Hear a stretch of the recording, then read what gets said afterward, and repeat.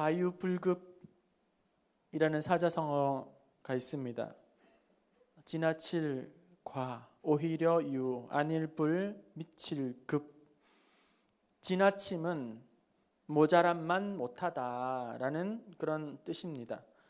다시 말하면 너무 지나치거나 혹은 모자라지 않고 또 어느 한쪽으로 너무 치우치지 않는 그런 모습 상태가 중요하다, 좋다, 그런 말이겠죠. 그리고 또 이는 노노의 선진편에 나오는 공자가 말한 중용과도 그 의미가 통하는 말이라 할 것입니다. 중용이라 함은 이도저도 아닌 어중간한 그런 상태가 아니라 또 양쪽 어떤 그 중간을 의미하긴 하지만, 중용이 가운데 중자잖아요.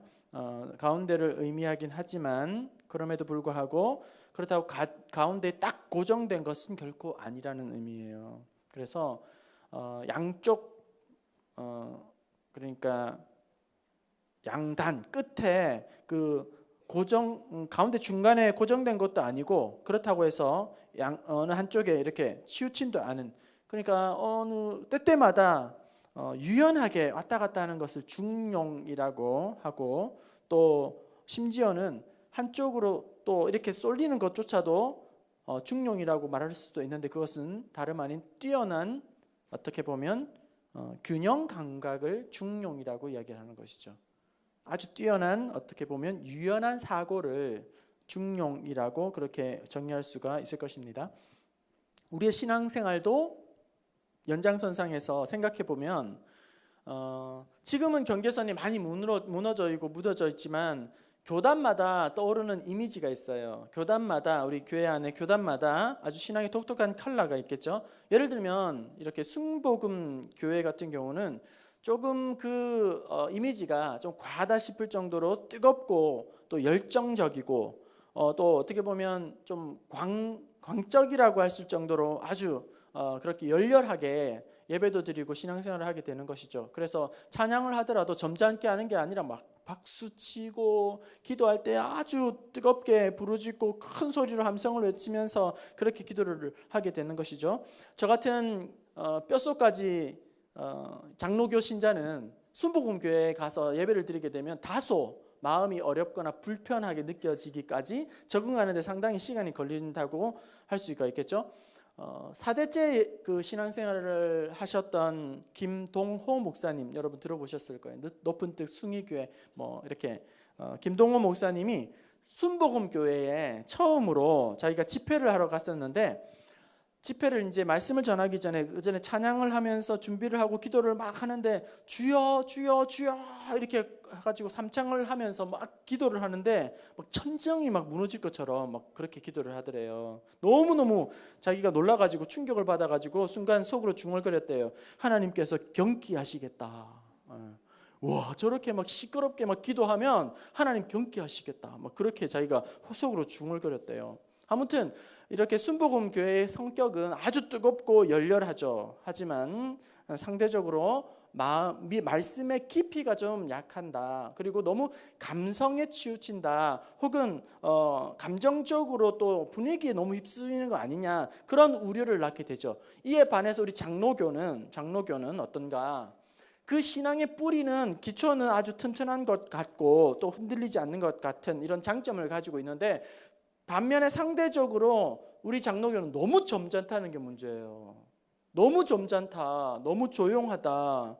그래서 오히려 그 점잖은 걸 넘어서 지루하다, 분위기가 고루하다, 냉랭하다, 젊은 사람들은 다 떠나간다, 이렇게 과장하고 오버하기도 하죠. 그래서 좀 장로교회에서 이렇게 예배드리고 기도하고 하는데 어느 순복음이나 다른 쪽에서 신앙생활하다가 들어와서 찬양을 하거나 함께 기도를 하게 되면 불편해요. 같이 예배드리기가 본인도 힘들고 우리도 힘들고 그런 좀 싸한 분위기가 난다는 거죠.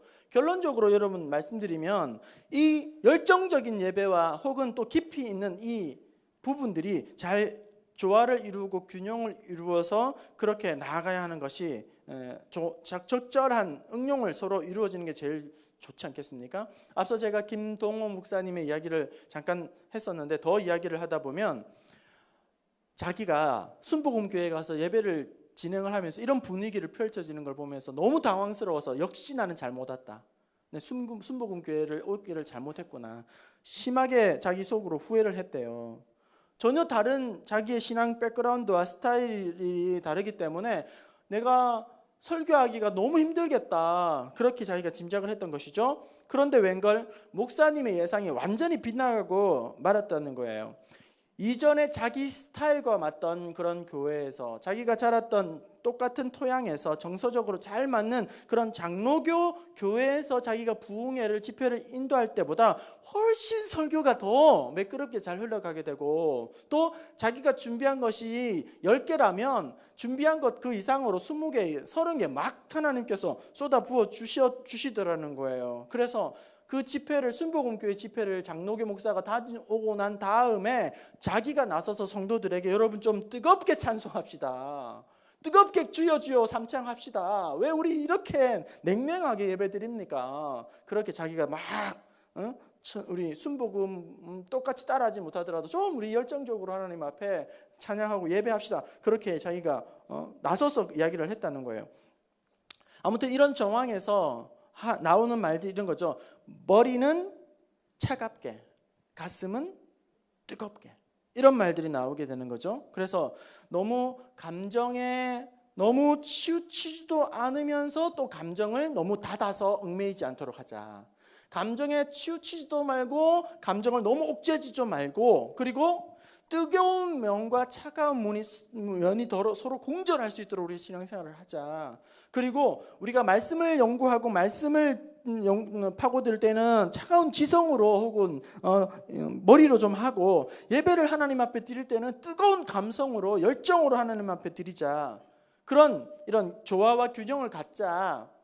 그런 말들을 요즘 많이 하면서 지금은 장로교나 또 혹은 순복음교회나 혹은 감리교나 다른 교단까지도 함께 서로의 좋은 점을 자꾸 배워가려고 하고 닮아가려고 하고 본받아가려고 하는 그런 시도들이 계속 일어나면서 이제는 세미나도 막 교단을 넘어서 막 다녀요. 이전에는 그런 데 다니면 막 눈치 보고 다녀야 되는데 지금은 막 넘나다니면서 많이 이질감이 극복되어지고 또 불편함이 많이 사라져 있는 그런 상태가 되었겠죠. 이처럼 신앙생활을 함에 있어서 우리가 어느 한쪽에 치우치는 것이 아니라 중용이 필요하고 균형 감각이 필요한데 자칫 잘못하면 우리가 한쪽으로 치우치고 추종하고 심취하고 그런 것이 아니라 그러면 왜곡된 편협한 치우친 신앙생활을 하게 되는 거죠. 성경에 보면 치우치지 말아라, 치우치지 말고 치우치지 말라, 치우치지 아니하였더라. 치우친 것은 잘못된 거예요. 치우친 것은 나쁜 거라는 말이에요. 치우치는 것은 피해라는 거예요. 치우치는 것은 옳지 않다는 거예요. 여러분들이 혹 어느 한쪽에 치우쳐 있다면 여러분들은 잘못하고 있는 것이겠죠. 치우치지 말고 치우치지 말라, 치우치지 아니하였더라. 그렇다면 여러분 이런 신앙의 균형 잡힌 신앙, 균형 잡힌 어떤 영성이란 무엇일까? 오늘 우리가 한 절 딱 읽었어요. 신명기 6장 5절. 이 말씀은 가장 큰 계명, 가장 첫째 되는 계명이 바로 이 계명이에요. 우리 다시 한번 6장 5절을 읽어볼까요? 오늘 말씀을 다시 한번 어떤 말씀이었죠? 다시 한번 읽어봅시다. 시작. 너는 내 하나님 여호와를 사랑하라. 결국 여러분 우리의 신앙이란 우리의 믿음이란 우리의 영성이란 하나님을 사랑하는 것이에요. 결국은 하나님을 사랑하는 것인데 그 하나님을 사랑하는 방법이 세 가지가 말씀에 나오고 있어요. 이 세 가지로 하나님 앞에 사랑하라 이렇게 이루어졌어요. 무엇과 무엇으로 우리가 사랑을 해야 되죠? 마음을 다하고 뜻을 다하고 힘을 다해서 내 하나님 여호와를 하나님을 사랑하는 것이 우리의 신앙이고 우리의 믿음이고 우리가 그것을 끝까지 첫째 되는 계명으로 힘써야 되는데 어떻게 세 가지로 우리가 마음을 다하고 뜻을 다하고 힘을 다하여서 여호와 하나님을 사랑하라 이렇게 말씀을 하고 있잖아요. 이 세 가지 마음과 뜻과 힘을 영어 성경을 제가 찾아보니까 이렇게 되어 있어요. With all your heart. 그 다음에 with all your soul, 그 다음에 with your all strength, 그러니까 마음, 하트, 그리고 soul, 영혼, 뜻, 힘, strength, 힘 이렇게 되어 있는데 이 병행 구절, 이 말씀이 여러 군데 나오잖아요. 마음을 다하고 뜻을 다하고 힘을 다하고 정성을 다하고 성품을 다하고, 이 말씀이 여러 군데 나오잖아요. 신약 성경에 예수님께서 마가복음 12장 12절에 뭐라고 말씀하냐면 똑같은 말씀과 함께 너희 뜻을 다하여 라는 말씀에 이렇게 이야기합니다. All your mind 이렇게 이야기를 해요. 좀 복잡하죠. 제가 이걸 다시 설명하기 쉽게 이렇게 마음에 여러분들이 와닿게 정확하게 풀이를 하면 이런 거예요. 지성과 감성과 역경지수라는 말로 표현할 수 있습니다. 그러니까 mind, heart, strength, 이 마음과 뜻과 힘이라는 이 단어를 영어 성경에, 영어에서 좀 찾아보면 이런 거예요. mind 많이 들어보셨죠? 마음, 정신. 특히 어떤 거냐면 판단 능력으로는 머리, 생각, 지성, 사고를 의미한다는 거예요. 마인드는 특별히 판단하는 능력인 우리의 사고의 능력을 의미한다는 거예요. 그리고 하트 하죠. 이 마음, 이 심장은, 가슴은 특별히 사랑에 관한 감정이라는 거예요. 사랑에 관한 마음, 감정이라는 거, 하트 당연한 거죠. 그 다음에 힘, strength, 이것은 지구력, 내구력, 그리고 특별히 역경을 견뎌내는 힘이라는 것을 의미하는 거예요. 역경을 견뎌내는. 다시 정리하겠습니다. 쉽습니다. 하나님을 우리가 사랑해야 됩니다. 이것이 우리의 신앙입니다. 우리의 믿음입니다. 그것이 우리의 첫째 되는 계명입니다. 그런데 어떻게 사랑하라? 우리의 지성을 동원해서 사랑해라. 그냥 덮어놓고 사랑하는 게 아니라 우리의 지성을 동원해서 하나님을 사랑하라. 그리고 우리에게 뜨거운 감성을 동원해서 하나님을 사랑하라. 그리고 마지막으로 역경을 앞에서 포기하지 말고 하나님 앞에서 견디는 믿음으로 사랑하라. 이것이 더 자연스럽고 쉬운 설명이라는 거예요. 이 세 가지의 영성을 우리가 추구해야 균형감 있는 신앙생활을 하고 할 수 있다는 거예요. 그냥 덮어놓고 막무가내로 신앙생활을 잘하면 된다가 아니라 균형 있는 조화를 이루는 건강한 신앙생활을 하기 위해서는 이 세 가지가 균형이 잡혀야 되고 균형 잡힌 영성을 추구해야 되는데, 맹목적으로 하나님을 사랑하고 섬기고 신앙생활하는 것이 아니라 이 세 가지를 추구해야 한다는 거예요.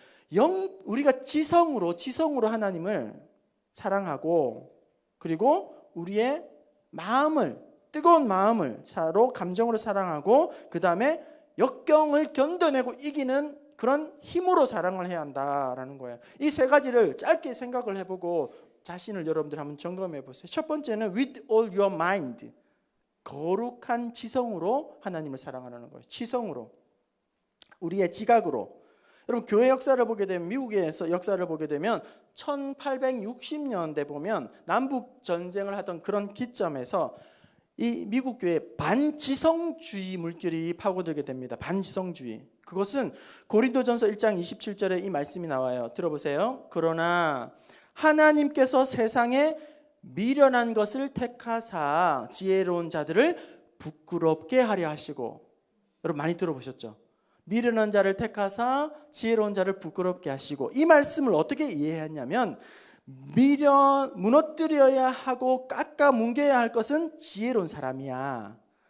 이 하나님은 미련한 자를 들어서 지혜로운 사람을 꺾으니까 지혜로운 사람 다 꺾어야 돼. 그건 나쁜 거야. 그리고 지성인들 또 지식인들은 다 무너뜨려야 할 우리의, 어떻게 보면 대적해야 할 사람들이야. 이렇게 이해를 한 거예요. 말씀을 잘못 오해하면서 지식이나 지성이나 어떤 지혜를 폄하하고 무시하는 행태가 시작되게 됩니다. 그래서 지성인들을 율법주의자로 몰아가기 시작하고 탁상공농자로 취급을 하게 되면서 그 지성주의자들을 아주 폄하하게 되는 거죠. 반지성주의가 교회 안에 들어오게 된 거예요. 결국은 그 뒤로 19세기 말에 20세기 초에 유럽에서 진화론과 자유신학과 과학주의가 막 도전을 해올 때에 지성을 준비하지 않은 이 교회는 그것에 대응하지 못하고 많은 젊은이들이 교회를 떠나가게 되는, 지성을 무시하다가 그런 일들이 벌어지게 되었다는 거죠. 그러니까 거룩한 어떤 지각이, 지성이 얼마나 중요한 것을 간과했다는 것입니다. 여러분, 기독교는 반지성주의가 아니에요. 여러분, 기독교의 신앙은 신비주의가 아닙니다. 기독교 신앙은 굉장히 지적이에요. 지각을 많이 사용합니다. 그래서 종교개혁자 루터는 그가 1592년도에 교육에 대한 책을 썼는데 그 책에 이렇게 기록합니다. 자기 자식을 제대로 지적인 교육을 시키지 않는 부모는 마치 짐승과 같다. 이렇게 했어요.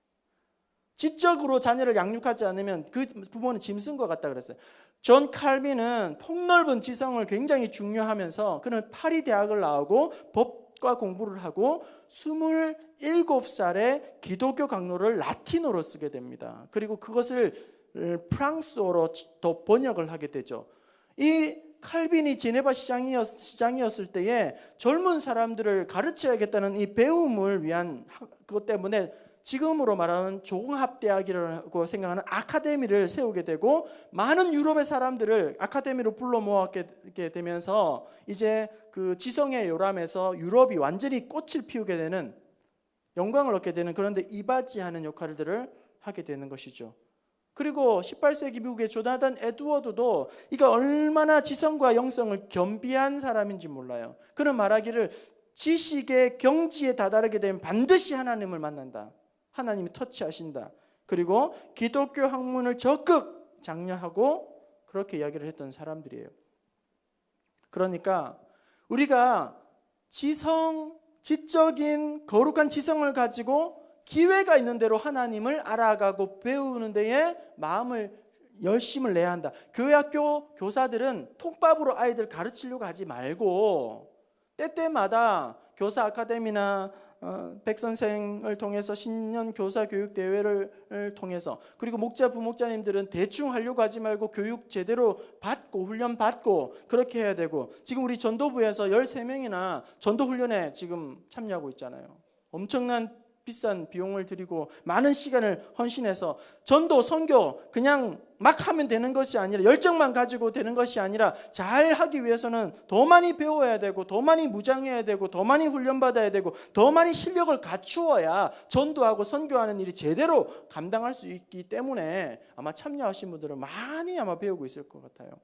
그냥 덮어놓고 하는 것이 아니라 오늘 우리에게 적용한다면 기회가 있는 대로 우리는 배움에 열심을 품어야 한다는 겁니다. 배우고 또 배우려고 애를 써야 한다는 거예요. 꼭 학생에게만 요구할 것이 아니라 우리 모두가 배움에 더 많이 힘을 쓰지 않으면 안 된다는 거예요. 신앙 강좌가 있으면 참여하려고 애를 쓰고 뭔가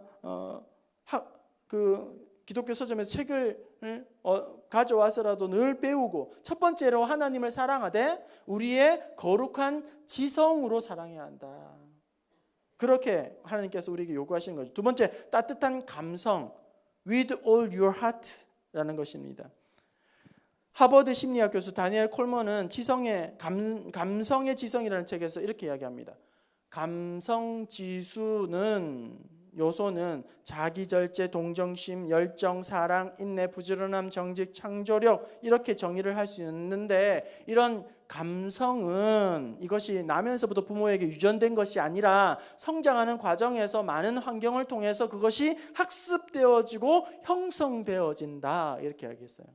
감성은 타고난 게 아니라 부모나 선생님이나 친구나 여러 가지 환경을 통해서 학습되어지고 과정에서 형성되어진다, 이렇게 말을 하는데, 이 감성은 특별히 사랑지수와 연결된다는 거예요. 사랑지수. 예수님께서 바리새인의 영성에 대해서 가장 심각하게 책망하신 것이 뭐냐면, 그들에게는 바리새인들은 율법은 있지만 사랑이 없어요. 정죄는 있지만 은혜가 없는 거예요. 그래서 우리 예수님이 책망하시는 거죠. 에스겔 36장 26절 우리 자막 보시면서 한번 읽어봅시다. 에스겔 36장 26절 시작. 너희 속에 두고 새 마음을 너희에게 주되 너희 육신에서 굳은 마음을 제거하고 부드러운 마음을. 여러분의 마음은 어떤 지금 상태입니까? 여러분의 마음 상태는 어떻습니까? 우리에게 하나님께서 새 영을 부어주시고 새 마음을 부어주신 것은 굳은 마음을 제거하기 위해서 우리에게 새 마음과 새 영을 부어주신다는 거예요. 굳은 마음이 아니라 부드러운 마음, 생명력 있는 마음, 따뜻한 마음, 사랑하는 마음을 우리에게 부어주시려고 하나님께서 우리에게 새 영과 새 마음을 부어주신다는 거예요. 그것이 하나님께서 우리에게 기대하시는 것입니다. 우리의 지성과 우리의 학문과 우리의 배움이 이런 따뜻한 사랑과 감성으로 덧입혀지지 않으면 우리가 모든 배운 것들은 날카로운 정죄하는 것으로 쓰이게 되는 거죠. 배우면 오히려 다른 사람을 괴롭히는 데 사용하는 거예요. 자기가 잘하는 것으로 다른 사람을 지적하게 되는 거예요. 위선자가 되고 또 가식에 쌓이게 되는 거예요. 그러니까 실컷 훈련받아가지고 다른 사람을 정죄하는 거예요. 실컷 배워서 다른 사람을 괴롭히게 되는 거예요. 지적하는 거예요. 실컷 훈련받아서 너 그게 신앙이냐? 그게 잘하고 있는 거야? 똑바로 해. 너 그러려면 집어치워. 이렇게 정죄하는 사람이 된다는 거예요. 지식과 학문과 배움과 훈련이 자칫 은혜가 부어지지 않고 사랑하는 마음, 따뜻한 감성이 없으면 우월감에 빠지게 되고 교만함에 빠지게 되고 교회를 문제를 일으키는 사람이 되더라는 거예요. 알아서 병이 되는 거예요. 오히려 어떤 사람이 따뜻한 마음이 없는 사람, 따뜻한 감성이 없는 사람. 그래서 칼빈은 말합니다. 먼저 성령으로 마음이 변화된 다음에야 바른 지성인이 될 수 있다. 우리 아이들이 지성인이 되어야 되죠. 학문해야 됩니다. 학위를 쌓아야 되고 실력을 갖춰야 됩니다. 상급 학교를 진학하고 가능한 좋은 대학에 가서 좋은 학벌을 가지면 좋겠어요. 하지만 그 아이들이 학문에만 실력에만 사로잡히게 되면 결국은 무너진다. 그것으로 말미암아 오히려 하나님의 은혜 자리를 떠난다. 마음이 먼저 성령으로 변화받지 아니하면 지성도 소용이 없다는 거예요. 지성도 소용이 없다는 겁니다. 우리 아이들이 실력에 지성에만 그렇게 탁월한 자로 인정받는 것이 아니라 하나님의 성령에 감동된 자가 되어서 요셉처럼 귀하게 쓰임받는 우리의 자녀가 될 수 있기를 축원합니다. 마지막 역경 앞에서도 포기하지 않는 견디는 힘이 있어야 된다. 그것으로 사랑해야 한다는 거예요. 폴 스톨츠 역경지수라는 책이 있습니다. 그 책에 보면 역경을 만났을 때 보통의 사람들은 세 가지 반응을 한다. 종류가 있다 이렇게 말을 해요. 제가 세 가지 종류의 사람을 설명할 때 여러분 어떤 사람인지 한번 여러분 스스로를 한번 점검해 보시고 평가해 보세요.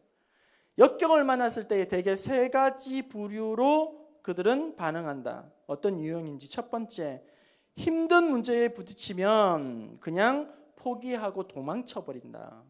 이런 사람이 있어요. 이런 사람은 퀴터라고 하는 사람, 포기가 빠른 사람, 퀴터라고 이야기를 하고, 두 번째 사람, 역경 앞에서 포기하고 도망치지는 않지만 그렇다고 해서 그것을 역동적으로 문제를 뛰어넘으려고 생각하지 않고 그냥 그것에서 안주하고 그냥 현상 유지만 하려고 하는 캠퍼다. 그 사람은 캠퍼. 그러니까 캠프를 치고 그냥 그 자리에 안주하는 사람이에요. 두 번째, 역경을 만났을 때. 마지막 세 번째 사람은 역경을 만났을 때에 이런 사람은 어떤 사람인가? 힘을 다 내어서 산을 만약에 정복하는 사람처럼 기어 올라서 마침내 정복하는 클라이머다. 클라이머. 이렇게 이야기를 합니다. 그리고 이런 클라이머는 자기만 역경을 뚫고 나가는 것이 아니라 다른 사람들, 그러니까 두 번째 유형인 캠퍼들도, 안주하고 있는 사람들도 데리고 팔짱을 끼고 어깨동무를 해서 같이 역경을 뛰어넘도록 하는 그런 사람이 된다. 그 사람이 진짜 리더다. 이렇게 얘기를 했어요. 첫 번째, 두 번째, 세 번째. 여러분은 어떤 사람입니까? 역경을 만났을 때. 첫 번째, 도망치는 사람. 두 번째, 그냥 안주하는 사람. 세 번째, 돌파하는 사람. 두 번째 사람이 되게 많대요. 60%에서 70% 그 이상 되는 게 두 번째 사람이고, 마지막 유형, 첫 번째 유형은 이렇게 또 갈라지게 되는 거죠. 여러분, 사람의 한 사람의 역량과 능력을 평가할 때, 말할 때에 지성도 중요하고 감성 지수도 중요하지만 우리의 인생은 어차피 고통과 어려움, 역경을 만나야 하기 때문에 지성과 감성을 총동원해서라도 어떻게 하면 이것을 넘어가야 하는, 그러니까 견디는 힘이 결정적으로 뒷받침되지 않으면 안 된다는 거예요. 지성도 있어야 되고 따뜻한 감성도 있어야 되는데 이것을 뒷받침해내는 뒷받침한 애는 이런 견디는 힘이 있어야지만 결국 이 모든 것들이 열매를 맺게 된다 하는 것입니다. 오늘 우리 믿음의 선진들이 오늘 우리를 향해서 믿음의 야성을 다 잊어버렸다. 믿음의 야성을 다 잊어버렸다. 영적인 근성이 다 죽었다, 사라졌다. 이런 이야기를 많이 하고 있죠. 그래서 조금만 어려움이 닥치면 못하겠다. 주저앉아버리고 휘청휘청거리고 도망쳐버리고 추풍낙엽처럼 떨어지게 되고 역경 앞에서 그렇게 반응을 하죠. 하지만 오늘 우리에게 하나님을 사랑할 때 꼭 필요한 그것이 뭐냐면 바로 포기하지 않는 견디는 힘이 있어야 된다 하는 것입니다. 인형극을 가지고 복음을 전하는 복화술 연구소의 이 안재욱 소장이라는 분이 있어요. 혹시 여러분 들어보셨는지 모르겠어요. 복화술로 하는 인형극을 하는 안재욱 소장이라는 분이 있어요. 유튜브에 영상이 굉장히 많이 올라와 있습니다. 그 중에서도 저도 그렇고 저희 자녀들도 그렇고 인상적인 내용이 하나 있는데 이런 것이에요. 인형과 함께 서로 대화를 하는 거예요. 복화술을 하면서 주거니 받거니 이러면서 메시지를 전달해 나가는데 이렇게 해요. 우리 아빠들 불쌍해. 그리고 아빠들을 한마디로 이러면 인형이 하는 말이 투명인간. 아빠들은 투명인간 안 보여. 이렇게 이야기를 하는 거예요. 그리고 아빠들을 위해서 노래를 들려주는데 인형이 노래해요. 아빠 버티세요. 우리가 돈 벌게요. 이렇게 하는 거예요. 아빠 버티세요. 그리고 엄마들에 대한 이야기도 하면서 인형이 이야기해요. 엄마들 힘들죠? 미치겠죠? 환장하겠죠? 그리고 엄마들한테 한마디를 하라 그래요. 그러면 인형이 이렇게 해요. 엄마들 버티세요. 그리고 목사님 앉아 있으니까 목사님 이러면서 인형이 이야기해요. 목사님 사랑해요. 이렇게 하고 살이 쪽 빠지셨네. 하하하하 이러면서 목사님한테 한마디를 이야기하라 그래요. 인형이 하는 말. 목사님 버티세요. 로마서 5장 3절 4절 말씀 우리 읽어봅시다. 로마서 5장 3절 4절 자막입니다. 시작. 다만 이뿐 아니라 우리가 환난 중에도 즐거워하나니 이는 환난은 인내를, 인내는 연단을, 연단은 소망을 이루는 줄 알미로다. 환난 중에도 즐거워하나니 왜요? 이 환난이 우리에게 인내를 그래서 이 인내는 결국은 우리에게 소망을 주시기 때문에 소망으로 우리를 안내하기 때문에 그 인내가 대표지성 이어령 제가 막 책을 너무 많이 봐가지고 한 가지만 더 소개하고 마치겠습니다. 대표지성 이어령 어르신 알죠? 여러분 지성에서 영속이라는 책에 이렇게 썼습니다. 무릎을 깨트리거나 코피가 나면 엄마를 부르며 집으로 달려가는 아이들처럼 상처를 입어야만 하나님을 부르며 달려가지요. 우리가 고난을 만난 이후에 하나님 앞에서 진정한 고백이 터져나오게 되고 고난을 만나기 전에는 내가 잘난 줄 알았는데 내가 대단한 줄 알았는데 내가 전혀 세상 사는데 문제 없다고 생각했는데 고난을 만나고서야 비로소 내가 하나님 앞에 무릎을 꿇고 하나님의 은혜를 경험하게 되었다. 이렇게 고백을 하였습니다. 오늘 저와 여러분이 그리고 우리의 자녀들이 오늘 우리가 신앙생활을 함에 있어서 어느 한쪽으로 치우쳐져 있는 그런 절름발이 신앙 영성이 아니라 균형감이 잘 갖춰져 있는 그런 건강한 신앙이 될 수 있기를 원합니다. 좌우로나 우로나 치우치지 않는 그런 건강한 신앙생활을 할 수 있기를 바랍니다. 거룩한 지성을 겸비한 사람들, 덮어놓고 신앙생활하지 아니하고 또한 우리의 심장이 날마다 뜨거운 하나님의 마음으로 그 은혜로 신앙생활을 하고 냉랭하고 차갑고 메마르고 굳어져 버린 화석처럼 돌멩이처럼 아무것도 느껴지지 않는 그런 신앙인이 아니라 날마다 하나님 앞에서 옥토와 같이 혹은 더욱 부드러운 심령이 될 수 있기를 원합니다. 역경 앞에서도 포기하지 아니하고 끝까지 버티고 또 뱉어내는, 하기 싫다고, 힘들다고, 더 이상 못하겠다고 내버려지는 거 아니라 견디는 힘, 버티는 힘, 오래 참고 인내하는 믿음. 그래서 결국 환난 가운데서도 인내는 결국 우리에게 가장 귀한 소망을 하나님께서 이루게 하실 줄로 믿습니다. 그 은혜로 우리가 가장 아름다운 모습으로 하나님 앞에 날마다 힘을 다하고 마음을 다하고 힘을 다하고 또 뜻을 다하여 하나님을 사랑하는 저와 여러분 될 수 있기를 주님의 이름으로 축원합니다.